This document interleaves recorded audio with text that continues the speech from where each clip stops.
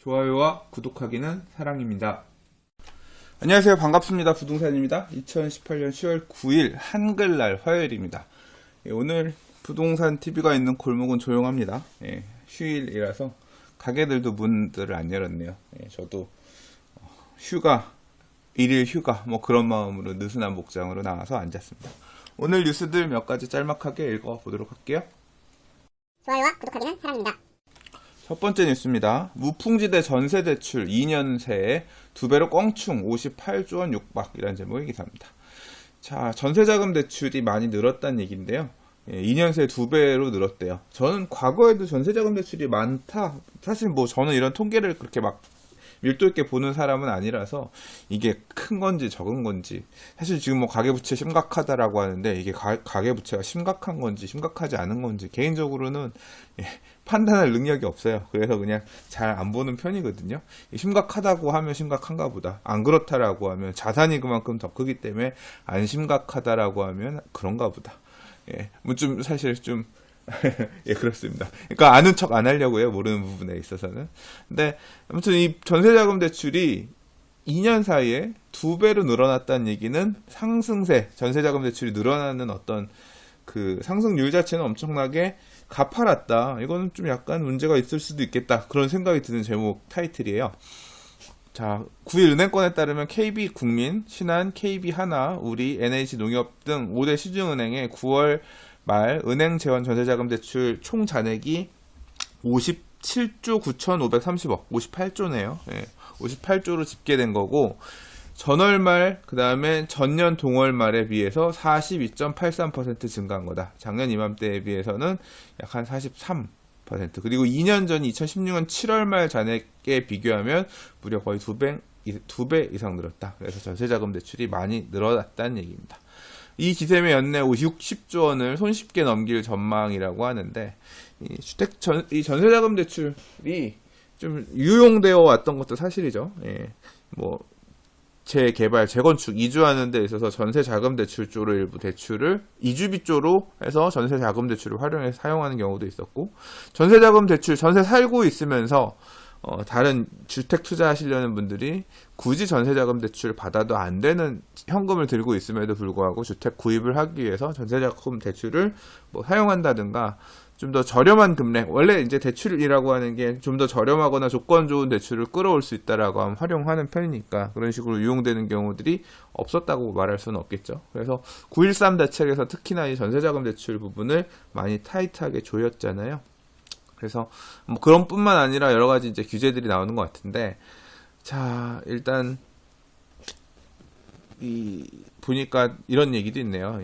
DSR 같은 경우도 DSR 총체적 상환 능력 비율을 반영하는 데 있어서도 전세자금 대출은 이자만 반영하게끔 하고 해서 일종의 대출 중에서 그래도 가장 규제 칼날에서 비껴 있었던 그런 부분이 전세자금 대출이었다. 그랬기 때문에 많이 늘었다라고 하는 겁니다. 자, 그래서 유주택자에 대한 전세자금 대출이 이제 앞으로 규제가 될 거고, 기존에 전세자금 대출 받아서 들어갔던 분들 중에서도 유주택자 같은 경우는 좀 제한들이 많이 생길 수 있을 것 같은데요. 그래서 전세자금 대출 활용하시는 분들 또는 활용하실 분들 같은 경우는 미리미리 좀 알아두셔야 될 것 같아요. 특히 이제 유주택자의 전세자금 대출을 받을 때 주택도시보증공사나 아니면 주택금융공사에서 보증해주는 형태, 이렇게 이쪽에서 보증을 해주면 전세자금 대출을 조금 저렴한 금액으로 이용할 수 있었는데, 이제 그 부분에도 이제 제한이 생겼죠. 그래서 보면 주택금융공사, 주택도시보증공사, 서울보증보험 민간보험이에요. 3사가 모두 2주택 이상의 다주택자와 전세자금 대출 신규 보증은 제한한다라고 합니다. 그러니까 다주택자들은 그냥 반전세 살거나 월세 살아야 될 것 같아요. 만약에 활용을 하려고 하면. 시중은행 관계자는 지금까지 전세자금 대출을 옥죄한 적은 거의 없었기 때문에 사실상 첫 규제다라고 설명했다고 합니다. 자, 공적보증인 주택금융공사, 그 다음에 도시주택보증공사의 경우에는 1주택자의 경우에도 새로 전세자금 대출을 받으려면 부부 합산 소득이 1억 원 이하여야만 한다고 조건을 달았다고 해서 실제로 이제 전세자금 대출을 활용하기가 좀 어려워질 것 같은데, 이어서 조금 이 환경에서 나온 기사를 보면 약간 좀 추가된 부분을 확인할 수 있습니다. 뭐냐면 아까 민간 보증업체인 SGI 서울 보증에서는 부부 연소득 1억 원이 넘어도 전세 대출이 가능한 상품을 출시한다고 합니다. 그러니까 상품을 출시한다기보다는 가능하다 그래요. 그래서 대신 1년마다 실거주 여부 확인하고 보유주택 수를 확인해서 대출 회수도 하겠다.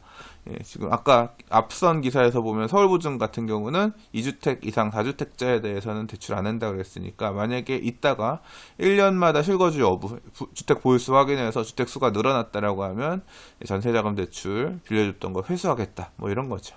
자, 요 내용이 지금 추가가 되면서 대전살이, 저는 이 표현 좀 웃겼어요. 예. 대치동 전세살이도 가능해진다.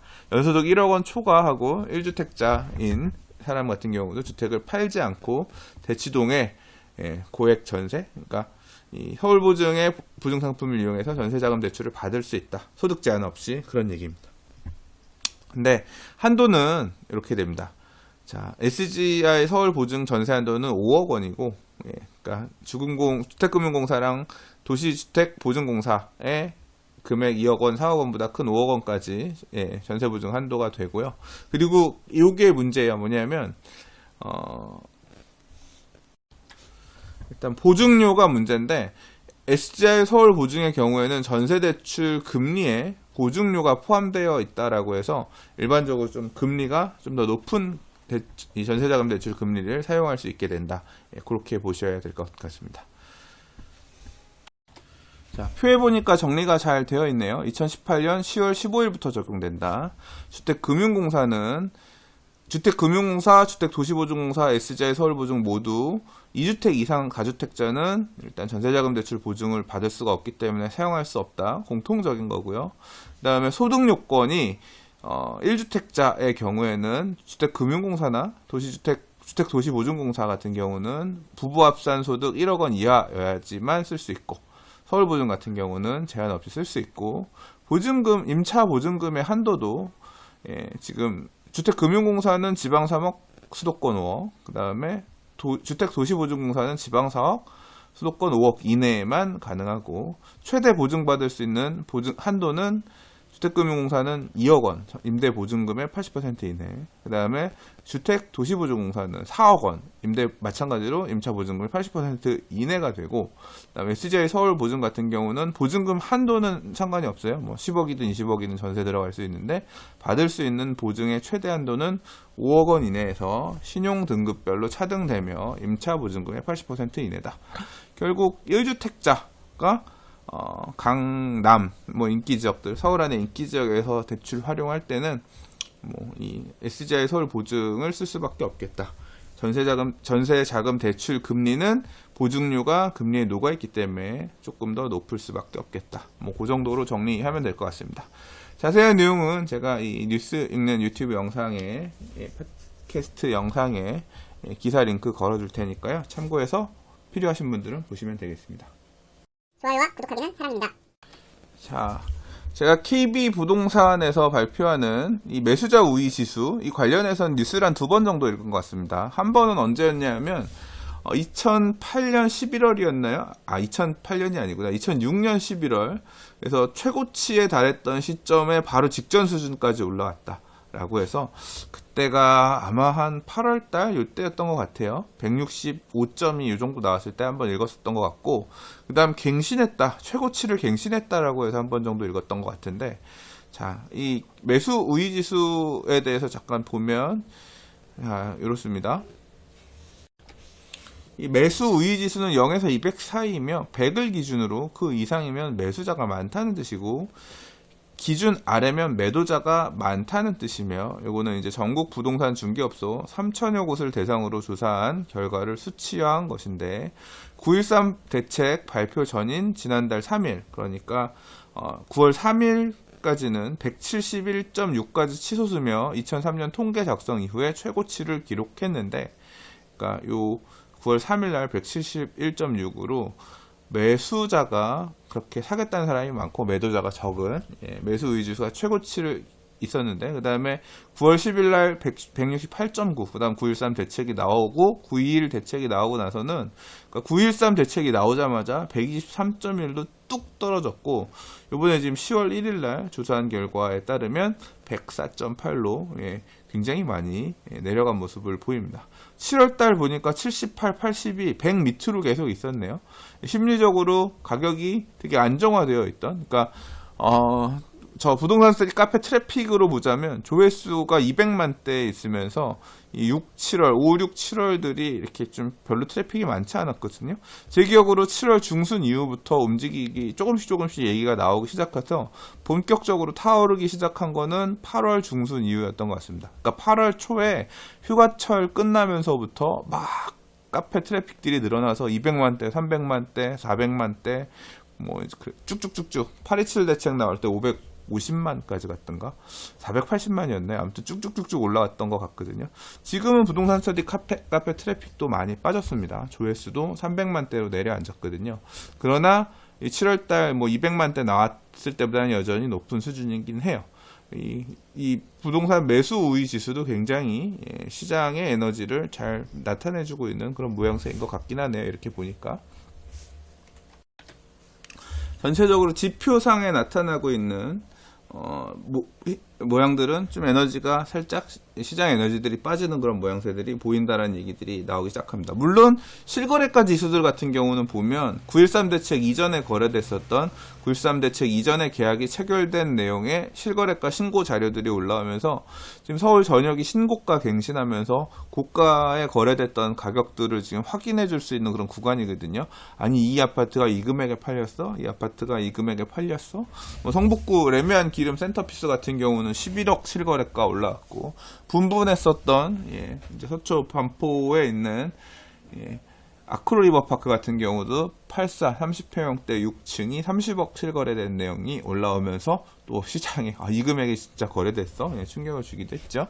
그러나 일단 좀 분위기 자체는 약간 반전된 모양새가 있는 것도 같고 또 뭐 얘기 들어보면 그렇지 않은 지역도 있는 것 같고 오늘 기사에서 따로 꼽지는 않았지만 뭐 노도강을 살펴야 되는 이유 뭐 그런 얘기도 있는데 좀 후행하는 지역들 같은 경우는 아직까지도 지난 이 가을 시즌 오기 전에 늦여름 시즌의 상승분들이 이제 아직까지 좀 쫓아가면서 반영되면서 올라가고 있다 이런 얘기도 있긴 합니다만 큰 틀에서는 서울 수도권 부동산 가격, 서울 아파트 매매 가격의 상승폭이 굉장히 둔화되는 모습들이 드러나는 것 같아요.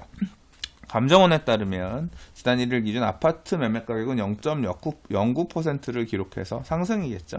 매주 0.5% 안팎으로 상승했던 집값이 매주 진정세를 보이기 시작했고 이유는 가격 피로감, 가격 상승이 됐던 내용의 피로감에다가 정부 규제가 더해지면서 매수세가 끊기고 주요 아파트 단지에서 고가가 떨어지기 시작했다고 감정원에서는 얘기했다라고 합니다. 올 4월, 5월, 6월, 7월까지만 하더라도 분위기가 뜨거웠던 건 아니잖아요. 마찬가지로 지금 매수 우위 지수도 낮았었고 심리도 죽어 있다 갑자기 또 불붙은 상황이었던 거잖아요. 올겨울도 어떻게 될지 진짜 저는 잘 모르겠습니다. 아무튼 시장의 분위기들 부동산 스터디 카페 입장에서는 카페 트래픽들 이런 거 매일 지금 제가 올리고 있거든요. 어디 보시면 되냐면 제 블로그 오시면 이 탭 중에서 카페 부동산 스터디라는 탭이 있습니다. 부동산 스터디 카페 통계라고 해서 매일매일 전날의 트래픽들, 조회수, 가입 멤버 수, 작성 게시글 수, 댓글 수 등등 자료들을 이렇게 정리해서 올려드리거든요. 이 그래픽의 흐름 자체, 이 조회수의 흐름 자체가 어떤 그런 방향성들, 단기적인 방향성들을 볼 수 있는 지표이니까요. 관심 있으신 분들은 참고해서 보시기 바라겠고요. 유의미한 변화들이 있거나 다시 트래픽이 늘고 있어요 라던가 지금 제가 이거를 조사한 이유는 떨어지는 것들도 한번 확인해 보고 싶었고 다시 올라가게 된다면 분위기가 또 달라지나 이런 것들을 좀 일종의 카나리아, 탄광안의 카나리아처럼 확인하고 싶어서 저도 보고 있는 거기 때문에 이 자료들 참고하시면 보탬이 되실 겁니다. 궁금하신 분들은 이거 오셔서 보시면 돼요. 부동산 스터디 카페 안에도 보셔서 보시면 어제의 부동산 스터디 통계라고 해서 매일 일별로 이렇게 정리해서 올려드리고 있거든요. 이 내용 참고하셔서 보시면 되겠습니다. 그리고 제가 이번 주부터 지금 새로 시작하고 있는 부동산 스터디 카페 게시글 탑 10 플러스 알파라고 해서 그날 올라왔던 내용들 중에서 피드백이 좋은 글들, 예를 들자면 조회수가 많다거나 아니면 이 글을 보고 읽어봤는데 이 좋아요, 좋아요가 많이 찍혀 있는 글들, 또는 사람들이 이 글은 내가 두고 따로 읽어봐야겠다라고 스크랩을 많이 한 글들, 이런 글들 같은 경우는 매일매일 그날 자료 정리해서 제가 그러니까 전날 있었던 내용들 해가지고 정리해가지고 다음날 업데이트 해드리거든요. 요 게시판, 어제 게시글 탑10 게시판도 오셔서 보시면 아마 도움되실 만한 내용들이 있을 거예요. 좋아요와 구독하기는 사랑입니다. 뭐 좀 시장 에너지도 살짝 이제 주춤한 모습인 것 같고, 그러다 보니까 부동산 기사들도 상대적으로 좀 줄어든 것 같아요. 읽을만한 글, 또 오늘 휴일이라서 그런지 읽을만한 기사도 상대적으로는 더 적어서 그러다 보니까 이런 기사가 있어서 한번 꼽아봤어요. 뭐냐면 서울 사대문 안에 건물 높이를 제한을 완화하겠다. 보면 오세훈 시장 시절에 이제 사대문 안 말 그대로 도심이잖아요. 한복판 안에 도심 안에 높이 제한이 원래 110m였는데 오세훈 시장 시절에 박원순 시장이 오면서 높이 제한을 90m로 낮췄대요. 110m 정도 되면 아마 30층 내외 언저리 정도 될 겁니다. 90층이면 20몇 층 이렇게 해서 층이 몇 개 날아가게 되겠죠. 그러면 이제 오피스 건물이라든가 이런 거 지을 때, 또는 이 도심 제한에 아무래도 상업지역 이런 것들 많잖아요. 건물 지을 때 높이가 잘리면서 사업성이 좀 약간 축소된다든가 이제 그런 부분들이 있을 텐데, 이번에 지금 이 건물 높이 제한을 푸는 부분에 대해서 얘기하고 있다. 서울시 주택구 서울시 주택건축국 관계자는 광화문 종로 을지로 등 사대문 일대 고도 제한을 사대문 일대 고도 제한으로 도심 고밀 복합 개발이 현실적으로 어렵다는 지적에 따라 고도 제한을 완화하는 방안을 검토하고 있다고 밝혔다라고 합니다. 자, 도심주택 공급 확대 차원에서 사대문 고도 제한 완화에 대해 검토하는 거고, 아직 방향이 결정된 건 아니다. 근데 이제 지금 이렇게 하게 되면 이런 거죠. 뭐 지금 도심 제한의 용적률 풀고, 그 다음에 주거 비율들, 업무로 짓게끔 되어 있는 것들 주거로 전용할 수 있게끔 풀어가지고 그렇게 해서 도심지내 주택 공급을 하겠다라는 게 이제 서울시에서 주장하고 있는 그린벨트 안 풀고 주택 공급하겠다는 방식인데, 뭐 주문 뭐예요? 층고가 막혀 있어서, 그러니까 이 지금 110m 못 올라 90m가 밖에 못 짓기 때문에 늘릴 수 있는 용적률 더 줘봐야 받아먹을 수 있는 면적을 위로 올릴 수가 없어요. 뭐 이제 그런 불만들 나올 수 있으니까 이런 부분도 같이 보조 맞물려서 풀 수 있겠다. 풀려고 한다. 이제 그런 얘기예요. 그냥 큰 흐름에서 이러한 부분도 같이 맞물려서 준비하고 있다.